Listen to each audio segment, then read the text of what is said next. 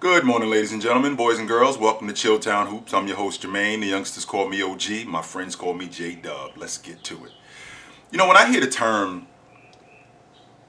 underrated or the phrase, you're sleeping on us, people say that a lot of times simply because they think that they're just being overlooked and they're not understanding why they're being overlooked. Well, one of the main reasons why you hear that is because of inconsistencies. You know, Kevin Durant is an underrated defender. You sleeping on the Miami Heat. Well, the reason why we sleeping on the Miami Heat, or the reason why people think Kevin Durant is an underrated defender, is because they're not consistent at that. The people who are considered great defenders, the teams that are considered great teams, the reason why people aren't sleeping on them is because they do it over and over again. So it becomes a pattern.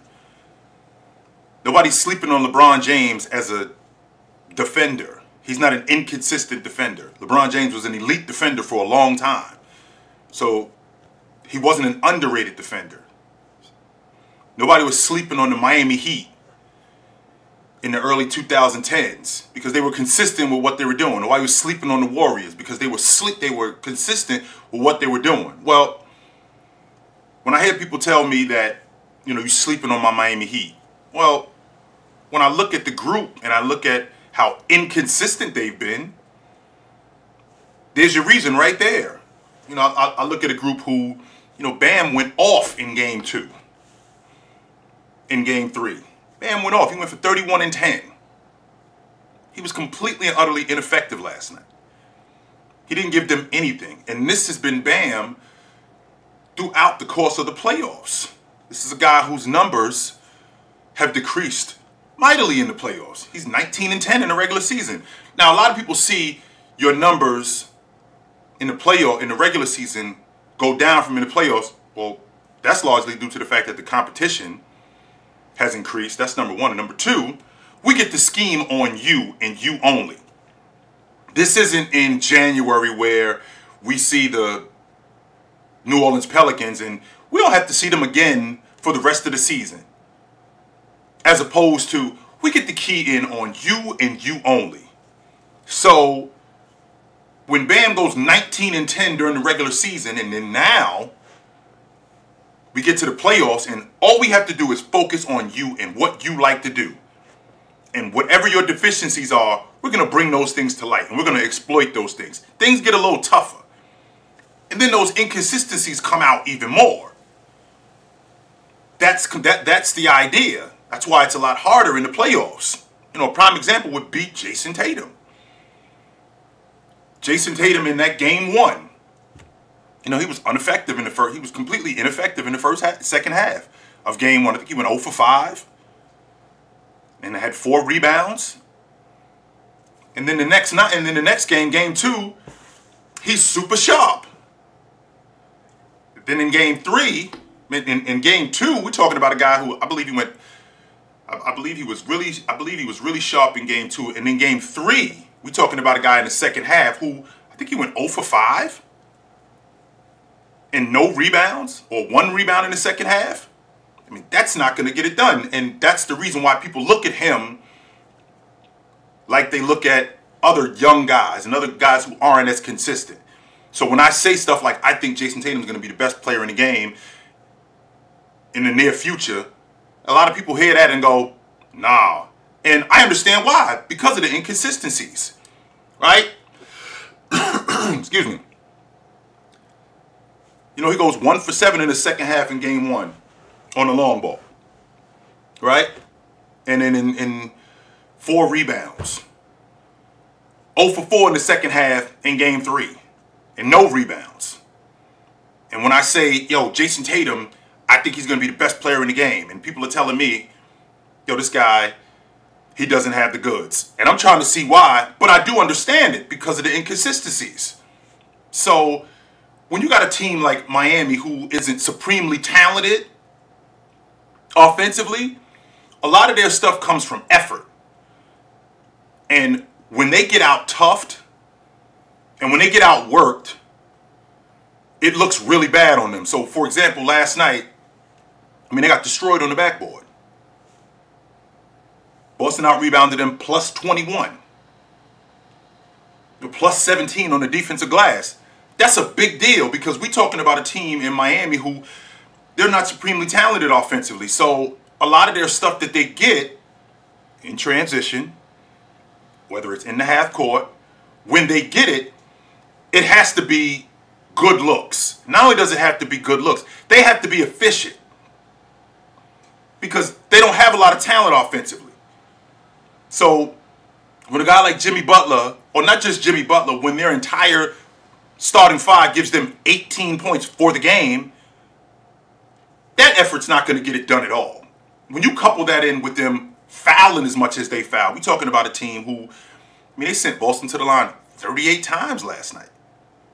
That's a big deal. When you're giving up 32 points just from the stripe, it's bad enough we're having a difficult time scoring, but now we're going to give them free points. That's not helping our cause at all. That's not helping us at all. So we have to get some more consistency. That's why I'm, quote unquote, sleeping on the Miami Heat. Because there isn't much of a consistent, they just aren't very consistent when I watch them. Well, and the same idea comes with the Boston Celtics, but they're a little more talented offensively. And they're dirty work guys, which I can't believe I'm saying this, but I think their dirty work guys are a little more talented. So when I look at them as a whole, having Robert Williams back in the lineup last night, that was huge. Even though he looked like he was laboring, he absolutely was huge for them last night. Being the rim protector that he was. Blocking shots. Those 9 rebounds that he had. 3 offensive rebounds.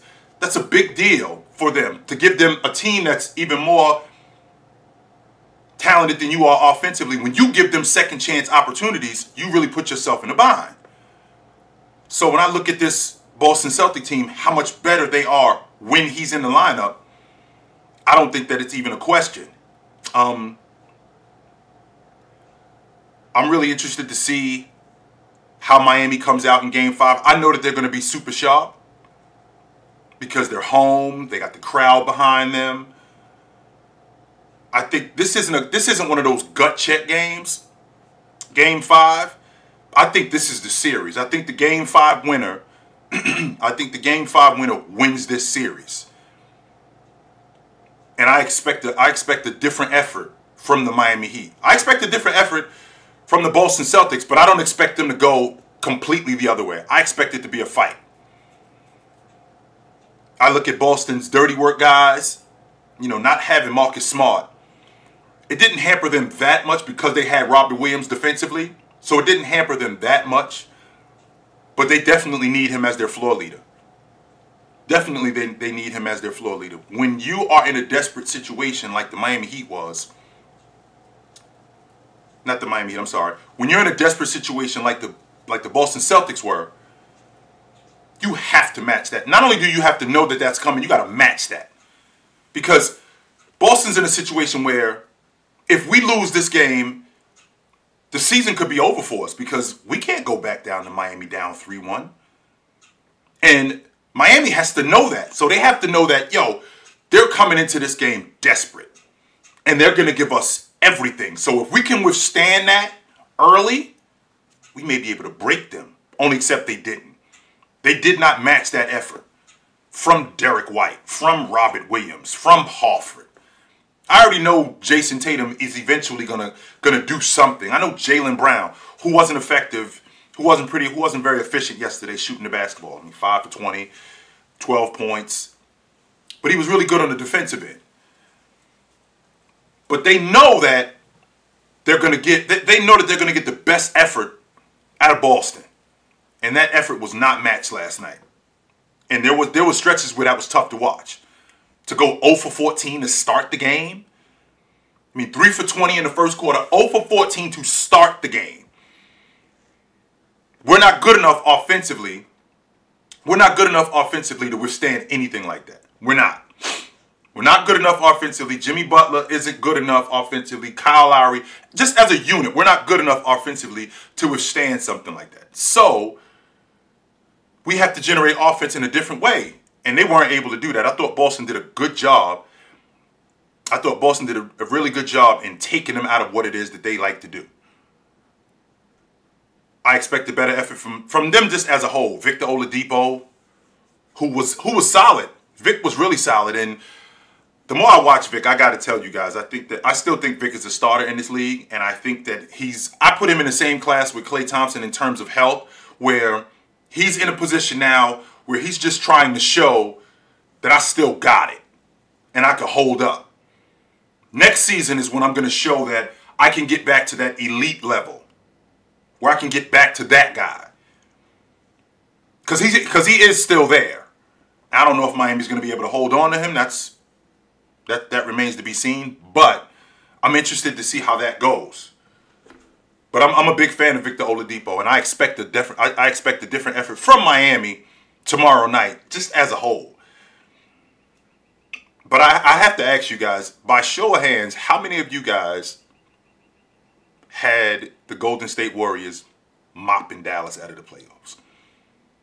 Because when I look at this group, right, when I saw what I saw against Phoenix, how they completely dismantled them in Game 6 at home, and then went on the road and basically blew their doors off, destroyed them in Game 7, right? Completely destroyed them. And then for them to come up empty the way that they've been coming up is just baffling to me. I'm looking at their group, and I'm looking at their unit, and I know that Reggie Bullock, Finney Smith, Brunson, who can create his own shot. He can create his own shot as it is. But Finney Smith, Reggie Bullock, Kleber, these guys play off of Luka. And Luka gets them open shots. So if they're not hitting shots, they're completely and utterly ineffective. They don't do anything. So for a guy in Reggie Bullock to go 6 for 10 in Game 2 and basically shoot the lights out, Finney Smith to go 3 for 7 on the long ball, because that's who these guys are. You know, they're long ball shooters. They're D and 3 guys. I don't get into the logic of Steph, Clay, Poole. And the reason why is because, you know, Poole isn't that established yet. So it's not like he's head and shoulders above these guys. But I'm thinking that the effort is, I'm thinking that they're at least going to be able to match it and make this a series, as opposed to it just completely just being dismantled. Them being dismantled and going the other way. It's been incredible. For those 3 guys, and Maxey Kleber and Finney Smith, to go 3 for 22 on the long ball. And the reason why I keep bringing up the long ball is because that's who these guys are. They're D and 3 guys. That's what they do. And for them not to be able to convert on those shots, which were wide open. That's exactly what Luka does. Luka gets these guys shots. You know, for Kleber and Bullock to go 0 for 12, we can't withstand that. Not against this group. When Steph gets going, when Clay gets going, when Poole gets going, we can't have these guys go 0 for 12.